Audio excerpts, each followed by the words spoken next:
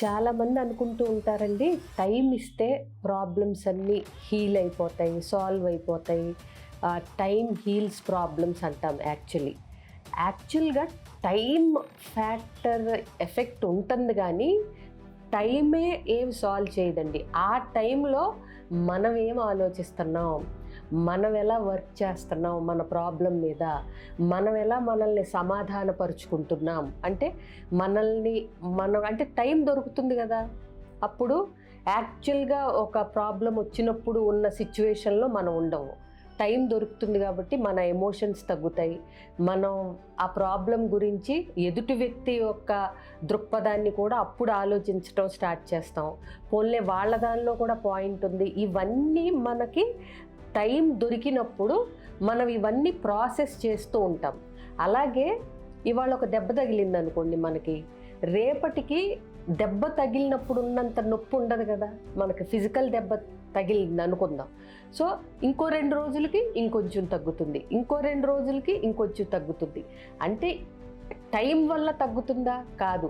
ఆ టైంలో దెబ్బ మానుతోంది, దెబ్బ యొక్క ఇంటెన్సిటీ తగ్గుతోంది, దెబ్బ హీల్ అవుతోంది. అంతే తప్పితే ఇప్పుడు టైం వచ్చి ఏం చేయట్లేదు. ఆ టైంలో మన బాడీ ఎలా రియాక్ట్ అవుతుంది, మనం ఏం మందులు వేసుకుంటున్నాం అనే దాన్ని బట్టి టైం ఫ్యాక్టర్ కూడా చాలా ఇంపార్టెంట్. బట్ అప్పుడు మనం ఏం వర్క్ చేస్తోంది మన బాడీ, ఆ దెబ్బ వేపుగా, ఆ దెబ్బకి మనం ఏమి కేర్ తీసుకుంటున్నాం ఆ 2 రోజుల్లో అనే దాన్ని బట్టి ఆ దెబ్బ తగ్గటం అనేది ఉంటుంది.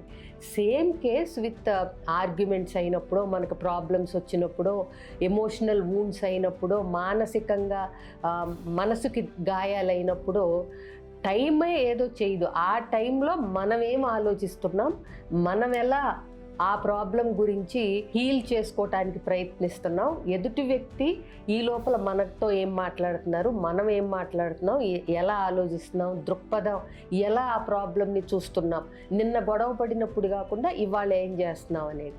అంటే ఇక్కడ ఇంపార్టెంట్ ఫ్యాక్టర్ దేని మీద ఉందో తెలుసా? మీరు తీసుకునే నిర్ణయాల మీద. అంటే కొత్తగా ఒక ప్రాబ్లం వచ్చినప్పుడు, కొత్తగా ఒక ఆర్గ్యుమెంట్ అయినప్పుడు డెసిషన్ మేకింగ్ ఏం చేస్తున్నాం అంటే మనం ఏదో నిర్ణయించుకుంటున్నాం. ఓకే, అతని తప్పే కాదులే, నా తప్పు కూడా ఉంది. ఓకే, నా భార్య తప్పు ఎంత ఉందో నా తప్పు కూడా అంత ఉంది అని ఒక నిర్ణయాలు తీసుకోవటం జరుగుతూ ఉంటుంది ఒక డెసిషన్ మేకింగ్కి. దీనివల్ల మనకి ప్రాబ్లమ్స్ సాల్వ్ అవుతూ వస్తూ ఉంటాయి.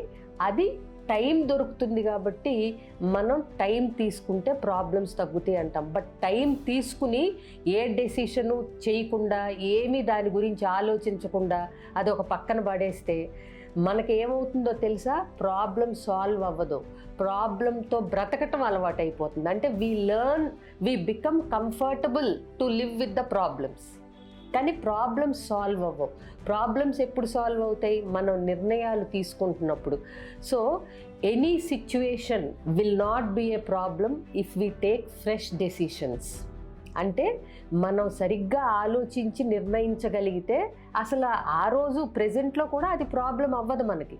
అట్లీస్ట్ తర్వాత అయినా సరే టైం దొరికినప్పుడు మళ్ళీ ఆ సిచ్యువేషన్కి తగ్గట్టుగా ఫ్రెష్ డెసిషన్స్, సరికొత్త నిర్ణయాలు, వేరే విధంగా అంటే ఆర్గ్యుమెంట్ విధంగా, గాయపడే విధంగా, పోట్లాడుకునే విధంగా కాకుండా ప్రాపర్ రేషనల్ థింకింగ్తో సరిగ్గా లాజికల్గా ఆలోచించి, అప్పుడు ఎమోషన్స్ ఉండవు కాబట్టి మనం లాజికల్గా ఆలోచించగలుగుతాం. ఎందుకంటే ఎమోషన్సా లాజికల్ థింకింగా, బ్రెయిన్ రెండిట్లో ఒకటే చేయగలుగుతుంది. లింబిక్ సిస్టమా, ప్రీ ఫ్రాంటల్ కార్టెక్సా, ఒకటి పనిచేస్తున్నప్పుడు రెండోది షట్ డౌన్. లింబిక్ సిస్టమ్ అంటే ఎమోషన్స్, ప్రీ ఫ్రాంటల్ కార్టెక్స్ అంటే థింకింగ్ పవర్. థింకింగ్లో ఉన్నప్పుడు ఎప్పుడూ కూడా ఎమోషన్స్ కొంచెం తక్కువగా ఉన్నప్పుడు మనం ప్రాపర్గా థింక్ చేయగలుగుతాం. అందుకే ఏ నిర్ణయం అయినా భావోద్వేగాలతో ఉన్నప్పుడు తీసుకోవద్దు, ప్రాపర్గా అన్ని వైపుల నుంచి ఆలోచించగలిగినప్పుడే తీసుకోండి అనేది అందుకే చెప్తాం. సో టైం ఎంత ఇంపార్టెంటో, ఆ టైంలో మనం ఏం చేస్తున్నాం అనేది ఇంపార్టెంట్. అదర్వైజ్ ఒట్టి టైం అయితే ఏమవుతుందండి, people get use to live with the problems. అందుకే చూడండి, కొంతమందికి అలవాటైపోతుంది ఆ ప్రాబ్లమ్స్తో పాటు బ్రతకటం. కానీ ప్రాబ్లమ్స్ సాల్వ్ చేసుకోవాలి అంటే మాత్రం ఖచ్చితంగా మంచి నిర్ణయాలు తీసుకోవాల్సిందే.